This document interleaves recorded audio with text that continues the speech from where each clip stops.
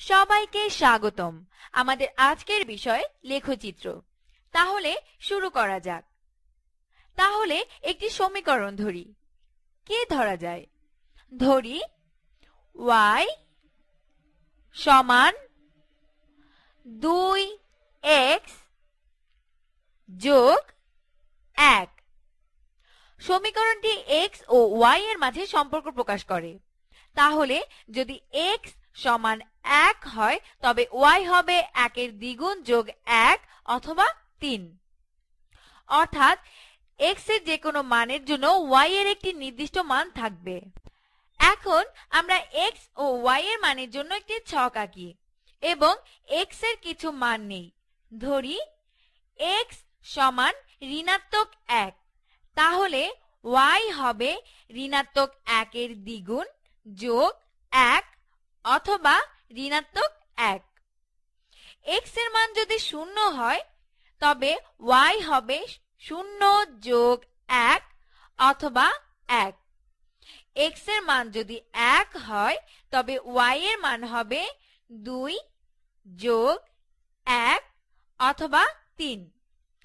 x এর মান যদি 2 হয় তবে y এর মান হবে 4 যোগ 1 অথবা 5।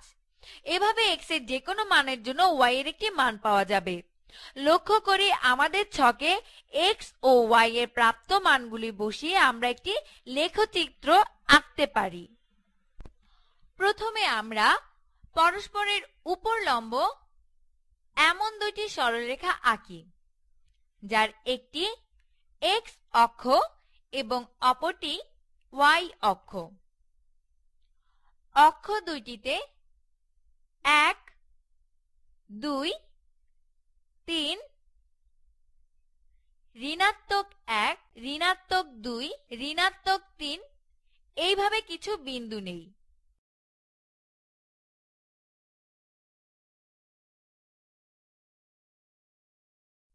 এবারে আমাদের ছকের মানগুলো বসাই। যখন x সমান ঋণাত্মক 1, y সমান ঋণাত্মক 1, তাহলে প্রথমে x অক্ষ বরাবর ঋণাত্মক 1 বিন্দুটি চিহ্নিত করি। এবার y অক্ষ বরাবর ঋণাত্মক 1 বিন্দুটি চিহ্নিত করি।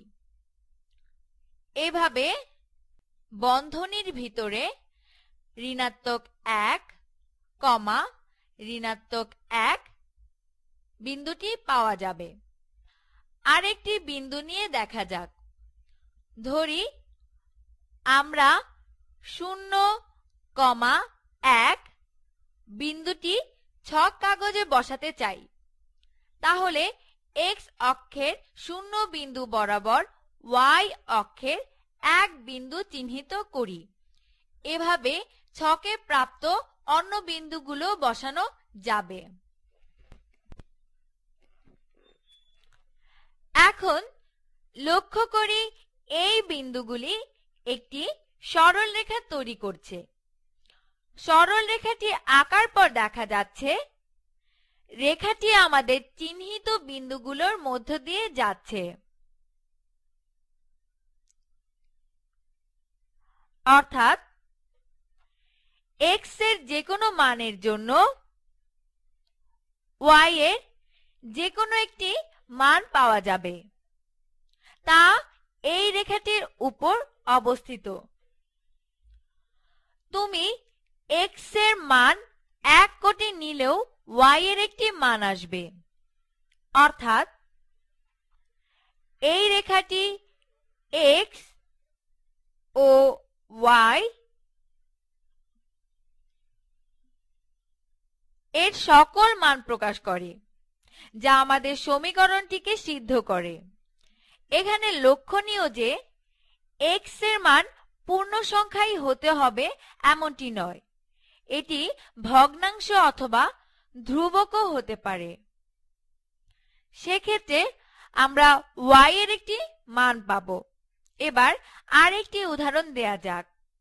ধরি একটি সমীকরণ দেয়া আছে y সমান সমান ঋণাত্মক 3, x যোগ 5।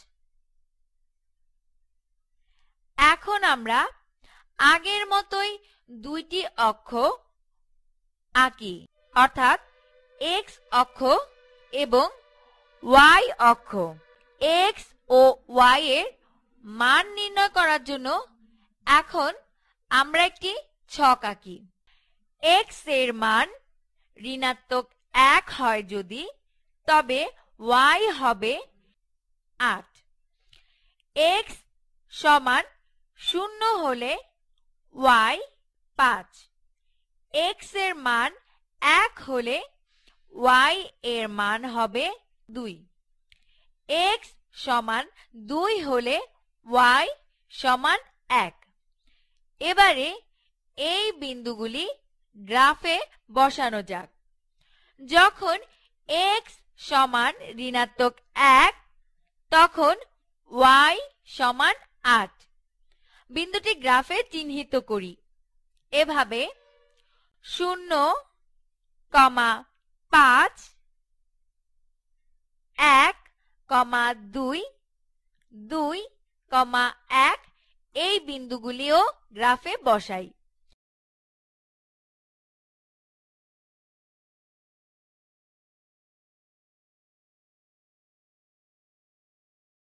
এবারে বিন্দুগুলো যোগ করে সরলরেখা অঙ্কন করি।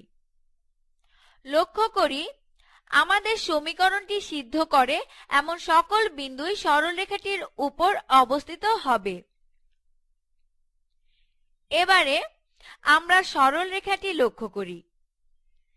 রেখাটি শুরু হয়েছে বাম দিক থেকে এবং শেষ হয়েছে ডান দিকে। আমরা প্রথমে যে রেখাটি এঁকেছিলাম সেটি ছিল এর সম্পূর্ণ উল্টো। তাহলে তোমরা কি বলতে পারো সেটির সাথে এই রেখাটির অমিলটা কোথায়? সমীকরণটি লক্ষ্য করি। দ্বিতীয় ক্ষেত্রে x এর সাথে ঋণাত্মক 3 গুণ আছে। এটা মূলত x এর সহগের উপর নির্ভর করে যে রেখাটির ঢাল কেমন হবে। এখানে 3x এর সাথে 5 যোগ আছে। এই সংখ্যাটি প্রকাশ করে যে রেখাটি y অক্ষকে কোথায় ছেদ করবে। যেমন আমাদের রেখাটি y অক্ষকে 0, 5 এই বিন্দুতে ছেদ করে। এবার এই সমীকরণটি লক্ষ্য করি। y সমান 1 ভাগ 2x যোগ 2। রেখাটি আঁকার জন্য আমাদের দুইটি বিন্দুই যথেষ্ট।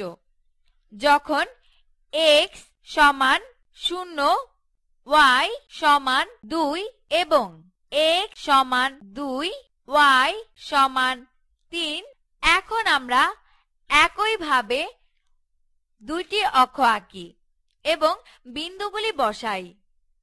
বিন্দু দুইটি যোগ করলে আমরা এই রেখাটি পাব। অর্থাৎ আমরা সমীকরণ থেকে x ও